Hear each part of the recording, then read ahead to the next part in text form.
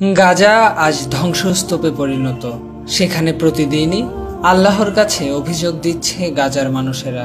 মাস্তুল foundation 2024 সাল থেকে প্রাণপণ চেষ্টা করে যাচ্ছে যুদ্ধবিধ্বস্ত গাজার অসহায় মানুষের পাশে দাঁড়াতে। মিশর থেকে আমাদের স্বেচ্ছাসেবকদের মাধ্যমে ইতিমধ্যে বহুবার খাদ্য, শিশু খাদ্য, ওষুধ ও জরুরি সামগ্রী পাঠানো হয়েছে। রমাদান মাস জুড়েও চলমান ছিল ইফতার বিতরণ এবং জরুরি খাদ্য সামগ্রী সরবরাহ, কিন্তু সব চেষ্টাই আজ অতি ক্ষুদ্র মনে হয়, কারণ গাজার প্রয়োজন সীমাহীন। প্রতিদিন নতুন করে কেউ বিধবা হচ্ছে, কেউ হারাচ্ছে তার সন্তান।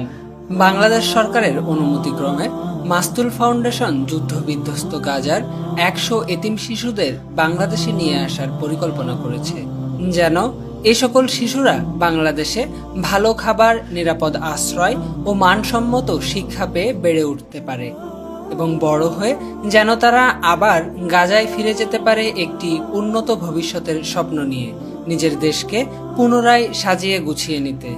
গভীর দুঃখের সাথে জানাতে হচ্ছে, আমাদের 2 জন স্বেচ্ছাসেবক শহীদ হয়েছেন এই নির্মম যুদ্ধে। তবুও আমরা থেমে যাইনি। এখনও প্রতিদিন সীমিত পরিসরে হলেও কিছু কিছু এলাকায় রান্না খাবার সরবরাহ করা হচ্ছে।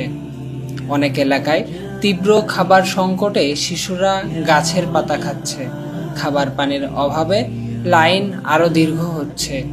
মাথা গোজার তাবুটুকু পর্যন্ত বোমার আঘাতে পড়ে যাচ্ছে।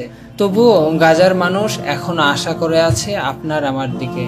এই মুহূর্তে গাজার অসহায় মানুষদের পাশে দাঁড়ানো আমাদের সকলের মানবিক দায়িত্ব। আপনার আমার সামান্য দান তাদের বেঁচে থাকার কারণ হতে পারে।